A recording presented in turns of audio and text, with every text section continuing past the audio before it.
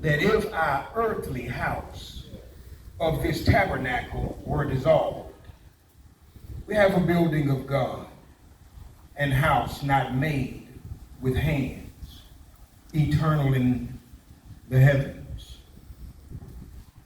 John 14, Jesus talking to his disciples tells them, let not your heart be troubled. Tells them, you believe in God, believe also in me. He says to them, for in my Father's house there are many mansions.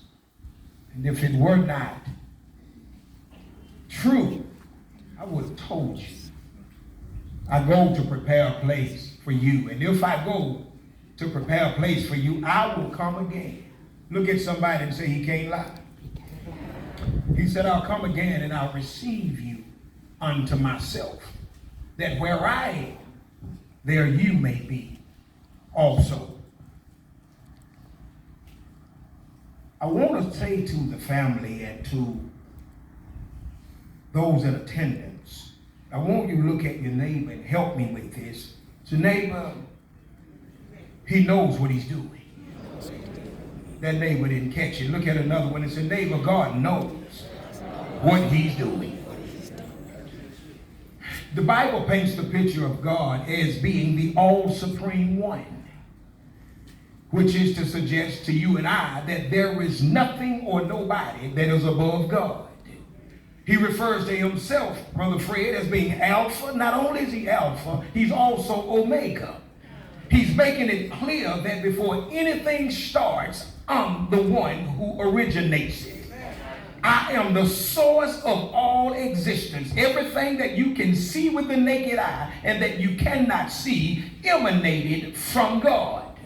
Everything outside of God is but a resource.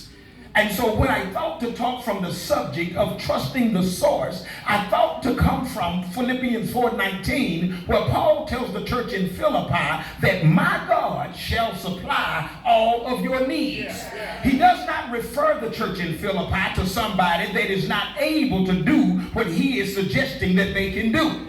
He suggests them, he recommends them to somebody that he knows cannot fail, cannot lie, can do anything that he wants to do. He does not have to call a board. He has to hold no meetings with anybody because he's sovereign, he's providential, and he does what he wants to do, when he wants to do it, how he wants to do it, with who he wants to do it to, because he's God. And because he's God, he doesn't have to ask anybody's permission when somebody can be born. Neither does he have to come back and ask when he gets ready to take them out of this world. But God is so unique and strategic and methodical in what he does that God lets us know from the beginning of time that to everything there is a time and there is a season, which is why we have to learn how to calculate the time and the days and recognize that the person standing right beside you right now may not be here tonight. So you got to love on them while you got them, because you never know when the one who is sovereign will make a decision to snatch them out. And so this is the God that I want to talk about for just a few moments, because this is the same God, family, that gave Shalae to you. This is the same God that let her hang around for 40 years. This is the same God that let you love on her and her love back on you, so that when you got to this day and time, you don't have to have regrets because you loved her right when you had her. I believe if Shalae could talk right now, Shalae would tell you, Mama, I knew I wasn't going to be here long. Daddy, I knew I couldn't stay around as long as I want to. And if God has called me home, then my mansion must be ready. You do remember he said, in my Father's house there are many mansions. And I promise you, if God came back and got her, it's because her mansion was already ready.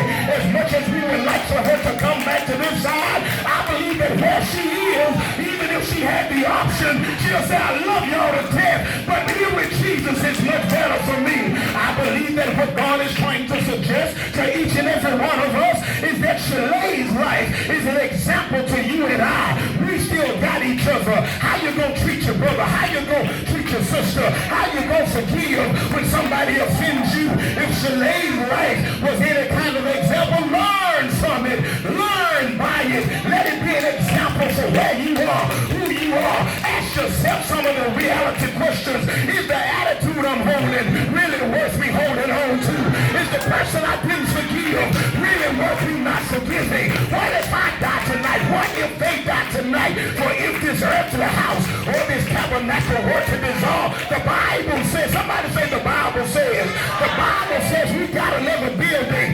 Let me tell you what you got to shout about. You can shout for one fact because Shalae is not homeless. I heard grandmama say she got saved at an early age. And I come to suggest to you, baby, ain't nothing wrong with moving as long as you got somewhere to go. And when Shalae gave her life to the Lord, she connected to a promise that mama couldn't break, daddy couldn't break, granny couldn't break, husband couldn't break, business couldn't break, friends couldn't break. It's because what God joins together, no man can put asunder. I know we think shallow about that sometimes, but when he made that statement, he's talking about the things that he has connected to be a part of your life while you exist down here on earth. Look at your neighbor and say, God got great things in store for you. I believe Shalae was the example for every person that wants to start a business, wants to start a lashing out place, wants to start some kind of entrepreneurial adventure that they don't believe in themselves to do it. But I believe Shalae is God's example. She's the prototype to show you and me that if God be for you, who can be against you? Is there anybody in here who know God is on your side? Look at your neighbors. I might be hurting, but I still believe God. I might be crying, but I still believe God. I might be going through it. I've lost my baby, my grandbaby, my niece, my cousin, my friend, my wife, my mama. But I come to tell somebody, God knows what he's doing. I need you to shake your neighbor and say, neighbor, you're not standing by me by coincidence, for the steps of a good man or woman are ordered by the Lord. This day hadn't caught God by surprise. You may be shocked, I may be shocked, but God is not shocked. For from the rising of the sun to the going down of the same God, God is still in charge, and he knows what he's doing.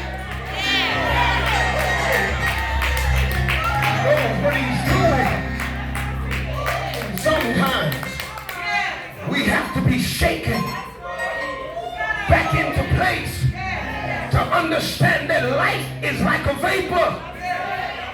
You're here one moment and gone the next. How sad it must be when a parent has to bury their baby. That's why you ought to love everybody that you can while you got them. Because the next second is not promised, y'all. It's Shalae today, but somebody's next. And it could be one of us. Don't let him catch you with your work undone. You gotta work while it's day, because nighttime is coming. You can't spend time judging everybody else. You gotta work out your own soul salvation. You gotta do it with fear and trembling, because nobody's gonna have to give an account for you. You're gonna have to stand. We all are gonna have to stand before the judgment seat of Christ. And I tell you before I go to my seat, whether we understand it or not, God knows. I say God knows. God knows what he's doing. And whether high or low, God got your number. Never do so well that you forget God. And never allow life to take you so low that you think God won't reach down and pick you up. There's a few witnesses right out here who know he'll reach way down and pick you up. Won't he do it? Yeah, he'll do it. He'll do it. I know many of you may not know me, and that's fine, because I'm nobody to know. But if you don't know Jesus, you are destined for hell. Shalae got it fixed. What about you? I want every head to bow very quickly. I heard the mother say something. She said, if somebody gets saved, if somebody recommits, Shalae's living will not have been in vain. I heard her quote 2 Chronicles 7:14. She said, if my people, and she didn't say she said it, she said God spoke to her. If my people who are called by my name would humble themselves and pray and seek my face, he said, I'll hear from heaven and I'll heal the land. Let me tell y'all something. Everybody got a wicked way. That verse was referring to all of us, but it was also giving all of us an opportunity to make it right with God. If you know you are outside of the ark of safety, I want you to raise your hand right now. It's not about your neighbor. It's not about who's watching you, because I don't ever see cats with two folks in them. They usually roll single. If you know you're not where you should be with the Lord and you want to be there, you don't have to come down. You can raise your hand right there and we'll pray for you. Right where you are. Right where you are. Based on mama's plea. Nobody asked anybody to come to Jesus on their own. You have to be unctioned to do that. Either you're going to do it by spirit or you're going to do it by flesh. But God says, not by might, nor by power, but by his spirit is how God will do it. Family, friends, trust the source. God is the source. Everything that derives from him is but a resource. But you don't have to stop at the resources when you have access to the source. How do I get there? No man comes to the Father but through the Son. You got to go through Jesus to get to it. He's the access point. God has strategically set it up where whosoever will can come. He knows what he's doing. And I promise you, family, cry if you must. That's okay. Hurt if you have to. But know that the source is always there. Always waiting to heal, help, and deliver. Somebody give God a hand clap of praise.